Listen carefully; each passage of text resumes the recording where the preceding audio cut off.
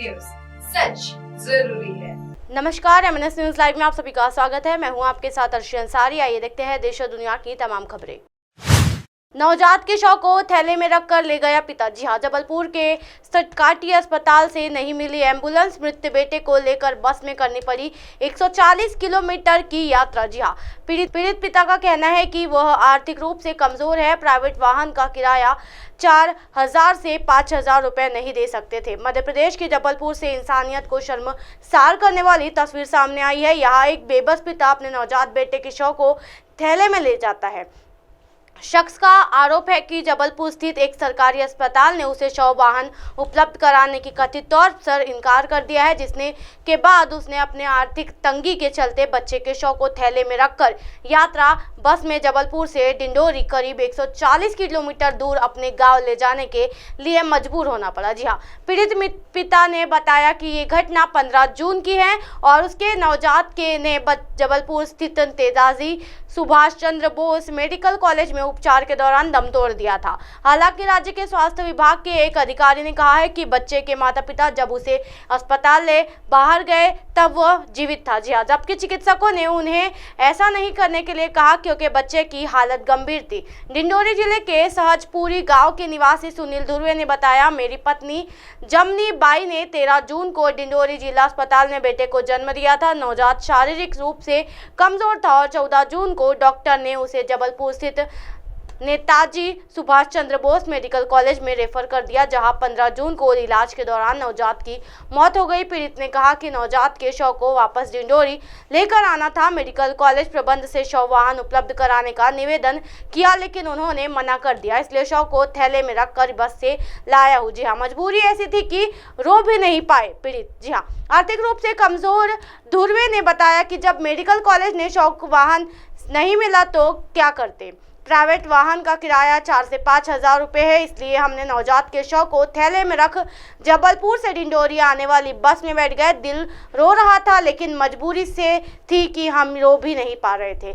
बस चालक और सहचालक को पता चल जाता है कि हमारे पास बच्चे का शव है तो शायद वो हमें बस से उतार देते, इसलिए सीने में पत्थर रखकर बैठे रहे। जी हाँ, स्वास्थ्य विभाग बोला, अस्पताल में नहीं हुई बच्चे की मौत। वही मध्य प्रदेश स्वास्थ्य विभाग के संयुक्त संचालक डॉक्टर संजय मिश्रा ने कहा, बच्चे का वजन कम होने के कारण उसे उपचार के लिए शासकीय मेडिकल कॉलेज अस्पताल में 14 जून को भर्ती किया गया। अस्पताल में बच्चा उपचार के लिए भर्ती था और उनकी हालत ठीक नहीं थी। इसके बावजूद भी परिजन उसको डिस्चार्ज करने की मांग कर रहे थे और अपनी मर्जी से बच्चे को अस्पताल ले गए थे।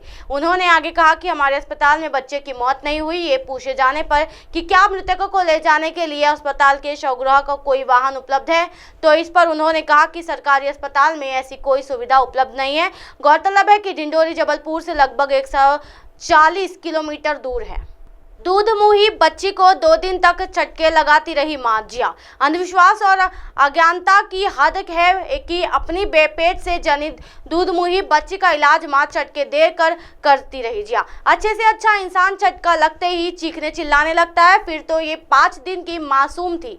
सर्दी जुकाम की वजह से सांस लेने में हो रही थी तकलीफ के लिए किसी ने मां को अधघोरी पद्धति से इलाज की सलाह दी थी। घर में कोई बड़ा बुजुर्ग नहीं होने की वजह से ग्रामीण दंपत्ति 2 दिन बच्ची को बीबा नामक जंगली वनस्पति से दागने लगी। जी हाँ, ग्रामीण क्षेत्रों में आज भी स्वास्थ्य सुविधाओं का प्रभाव भी ऐसी घटनाओं के लिए बड़ा कारण है। ये हृदय विदारक घटना यवतमाल जिले की घाटंजी तहसील के एक गांव की। जी हाँ, झोला छाप सलाह। जी हाँ, 5 दिन की बच्ची में कुछ हलचल नजर नहीं आ रही थी। बच्ची ऐसे रो रही थी जैसे उसे सांस लेने में तकलीफ हो रही है। कुछ जानने वालों ने बताया कि सर्दी जुकाम की वजह से बच्ची ठीक सांस नहीं ले पा रही है। इसी बीच किसी ने बच्ची की मां को इस तकलीफ का इलाज सुझाया कि बीबा नामक वनस्पति से बच्ची को चटके दिए जाए तो तत्काल आराम मिलेगा। बच्ची का जन्म घाटंजी तहसील के प्राथमिक स्वास्थ्य केंद्र में हुआ। शरीर पर दाग के घाव। जी हां, दंपति 2 दिन तक अपने जिगर के टुकड़े को वनस्पति के चटके दे रहा था। जी हां, बच्ची के शरीर पर जगह जगह दागने से घाव बन गए। बावजूद इसकी हालत में कोई सुधार नहीं होता देख वो घबरा गए। बच्ची को लेकर यवतमाल पहुंचे। बच्ची की हालत देखकर सभी निजी अस्पतालों में इलाज में इसे इनकार कर दिया। हालत नाजुक बताते हुए सभी ने नागपुर ले जाने की सलाह दी।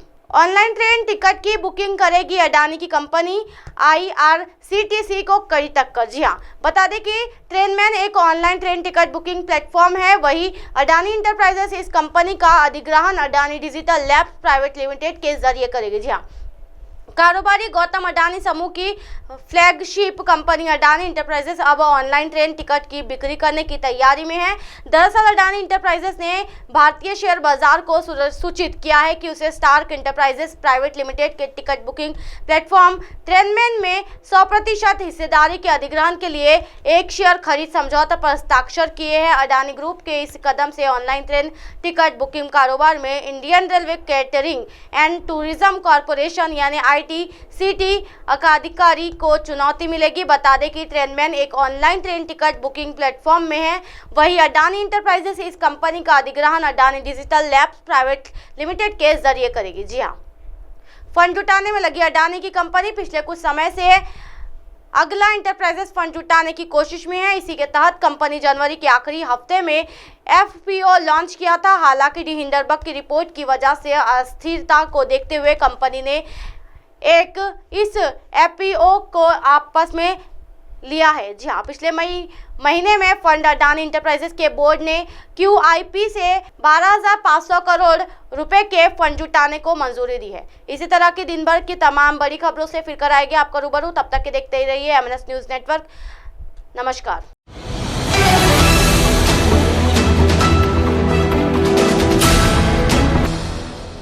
ये है MNS न्यूज नेटवर्क और आप देख रहे हैं MNS न्यूज।